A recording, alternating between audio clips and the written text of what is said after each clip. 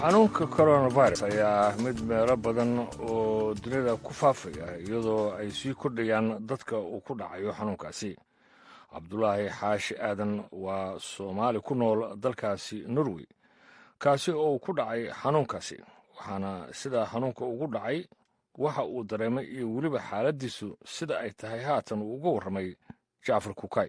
taariikhdu kolkay ahayd 28 bishii February ayaa waxaan u safray wadanka la yiraahdo Jarmalka. sida caadadu tahay waxaan raacay doon soo adeeganaan iyo xaaska iyo gabar yar oo aan dhalay ayaan wada soconay, laakiin waagi kulku bariyay shaqaan lahaa. aroortii kolkaan salaas wax tukaday shaqadii waan aadi waayay. waxaan dareemay xanuun jirka ah. marka waxay tahay aan garan waayay xanuunku. weliba waxaan la soo kacay xanuun lafaha iyo xanuunaya cunahana aad buu xanuunayay. madax xanuun aad saayid u ana u hayay. qandhana way haysay, matagna way haysay. shakigana way igu jiray. waxaan siri baalku uu jooga magaalada joogotiin dadku dhan way og yihiin inuu magaalada joogo. marka waxaan siri waxba ha degdegin, kuwii shaqada message u dir, maanta sidaan shaqa kuma tegi kartid. message baan u qoray. markaas wuu ii soo qoray, wuxuu yidhi maya guriga joog, xanuunkii igu soo batay waana qarqaraya. anuu markaa gude maalina way tahay bustaan ku dhex jira waana sii qarqaraya. anigu dhan waxaad moodaa inaan dhaxamoonay -10 degree inaan ku dhex jira aad moodaysa. ilkahaas ku ikay dhufanayay. waa soo koobaynaa dhaqaatiirtaadii baad la xiriirtay oo aad la hadashay markii la xaqiijiyey inaad qabto xanuunkan wixii ka dambeeyey. adigu maxaad dareentay markaa? cabsi xoog ma ku soo wajahday ma wax iska caadi ah baad u arkaysay? wallahi horta qof mu'min ah oo ilaahay rumaysanna waan ahay. waxaan aaminsanahay xadiiskii nabi maxamed sallallahu alayhi wasallam ahaa wixii kugu dhacay macnaha kuma gafi lahayn qasab kugu dhici lahaa. way maxaa isi soo taray marka intaa wixii ka dambeeyey? maxaa soo kordhay oo ku soo kordhay xaaladaada? wallahi xaaladda waxaa ku soo kordhay horta xanuun ana weligay intaan noolaa nin kulley 40 kan hadda ku dhowdhowahay weligay xanuun noocan ma arag. malaria way igu dhacday afrikaan oo joogo. pneumonia xanuunada la yiraahdo way igu dhaceen. xanuuno fara badan waan arkay oo kala duwan. cagaarshowga kan la yiraahdo, laakiin xanuunkan oo kale ma arag. qandhadiisa lamida ma arag. sababta tahay aniga oo dhan waan gariirayay, waana istaagi waayey, waana dhaxan baan dareemayay, waana adduunkii oo dhan baa nooc kale la noqday. dhadhankii iga xumaaday, xumad aad u fara badan. dhididna way iga socda, waana dhaxmoonaya. marka iyadaa dee xanuunku marka phase 1 buu ku jiray, kolley jirkaa la dagaalamayay, laakiin xumad aad u fara badan bay ahayd. markaasaa dhakhtarka wuxuu igula taliyey inaan cuno paracetamol iyo panadol, qofkii wuxuu kullu yaqaano. paracetamolka marka waxaan cunay 1 gram kiniini ah, macna 500 miligram iyo 500 miligram ah. markaas xogaa yar xumad jibin yar buu isin jiray, xogaa ku nafisay macnaha. ma fahantay? ma lagu karantiilay adiga oo meel gooni ah miyaa lagu geliyey mise waxaa lagu yidhi gurigaaga isku karantiil? guriga isku karantiil lagu yiri xaafad waraaq bay laanta caafimaadka ii soo dirtay. waxaa lagu yiri xaaladaada waan la soconaa, kama soo bixi kartid gurigaaga 14 maalmood. waa gartay. marka dadka guriga kugula noolna waxaad ii sheegtay in xaaskaaga iyo gabar yar oo aad dhashay ay joogto.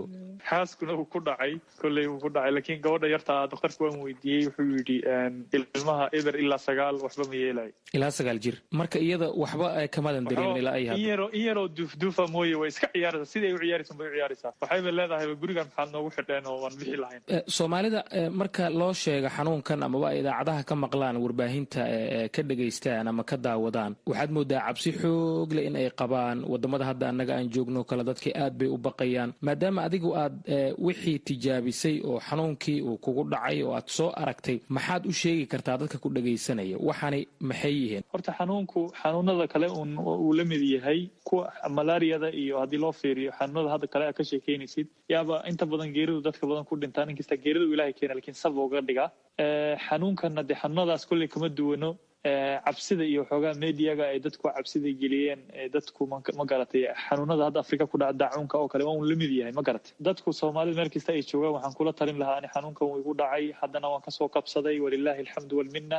haddaad xanuunka dareento inuu ku haayo, waxoogaa hergebaysan tahay, dareento lafa inuu ku xunay, hadda wixii aan soo sheegay, gurigaaga joog, dadka ha haligin, masaajidka xataa ha tegin, dadka ha galaabsanin. guriga 14 maalmood. ani hadda waxaan qiyaasay, waxaan arkay 7 maalmood markay ii dhamaatay yaan ka soo fiicnaaday. marka dhaqaatiirtu ma xaqiijiyeen oo ma confirm gareeyaan in aad ka bogsatay mise weli waxbaa kugu sii dambeeya oo karantiilkii waad ku jirtaa? karantiinka waan ku jiraa. dhakhtarku wuxuu igu yidhi 7 maalmood hore uu igu yidhi maalintii kood wuxuu yidhi ilaa 7 maalmood buu ku hayni, qandhada ku haynaysaa, kolba banadhoolka cun, 7 maalmood ka dhamaata maalintii 8aad way soo yaraanaysaa, laakiin guriga kama bixi kartid ilaa 14 maalmood ay dhammaato. marka 14ka maalmood macnaheedu waxay ka dhigan tahay qof kuma daarin kartid.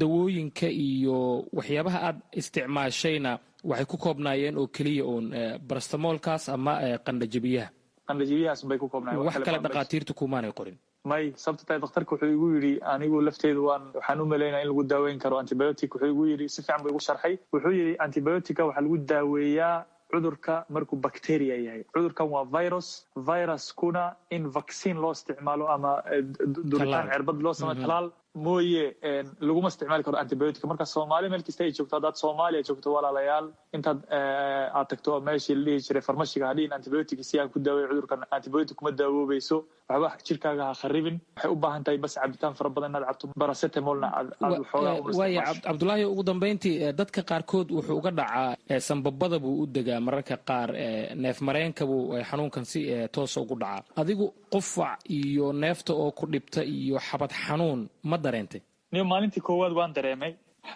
in yar oo qufac ah iyo maxaan ku idhaahdaa sanbabada oo xoogaa aad moodo neefta inay igu dhegeyso waan dareemay kaasina wuxuu ahaa cabdulaahi xaashi aadan oo Soomaali ah ku nool dalkaasi Norway oo ku dhacay xanuunka coronavirus waxaana uu warramay wariyana Jacfar Kukay halkaad weli nagala socotaan